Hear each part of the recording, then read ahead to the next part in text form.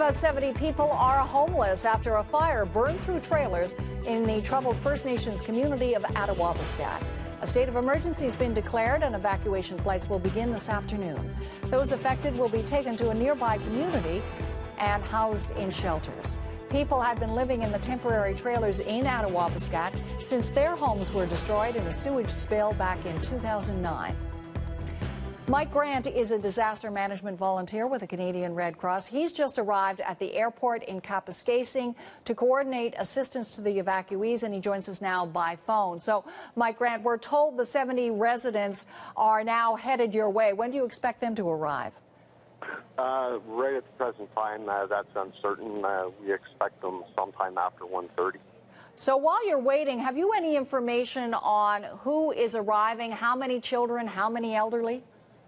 No idea whatsoever. All that we were told was to expect between 70 and 80 people. And do you have any information as to what happened or any details on the fire in Attawapiskat, in the trailers that forced this evacuation? The only thing I have is what I've heard on the news, which was possibly it was a candle during the power outage. So obviously you've been pressed into service because you do know how to provide this assistance to people who are evacuated from communities. How exactly will the Red Cross help? We'll initially do registration and inquiry and get them set up in motels here in Attawapiskat. We'll provide them with basic needs comfort kits, and going forward, any other needs that they might require. So what's in a comfort kit?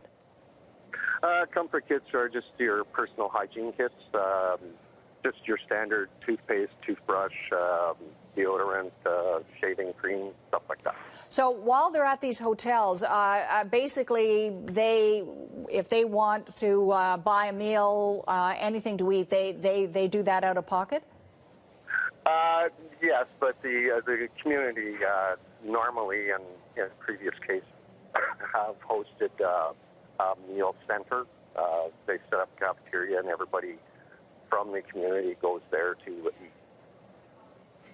So you say they're going to be housed in hotels for now, but is the longer range plan to find shelters? Are there shelters or centers outside or inside the community of Attawapiskat that could provide a little bit longer term shelter for them?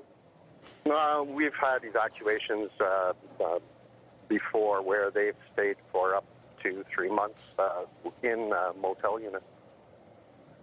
So you've got a bit of history with the community of Attawapiskat. I gather you were the first Red Cross representative on the ground in the community back in 2011 when the housing crisis was really bubbling to the surface.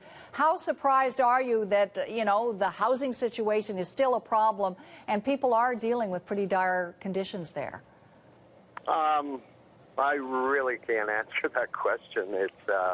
It gets into a little bit of a political area, and the Red Cross is very neutral in that respect.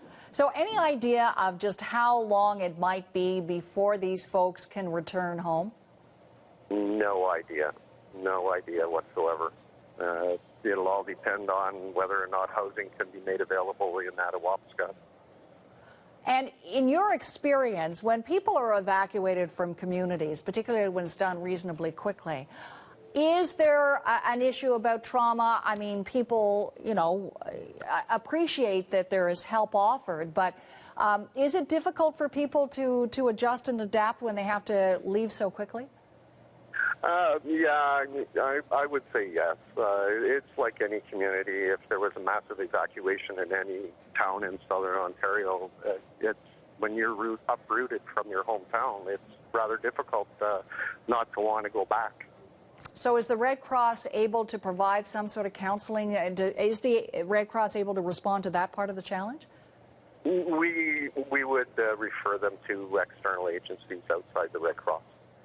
Okay, Mike Grant, I'm sure you're gearing up to be pretty busy throughout the rest of the day. We'll let you go back to your job, but thanks for joining us and giving us your perspective on what's ahead. Well, thank you very much for the interview.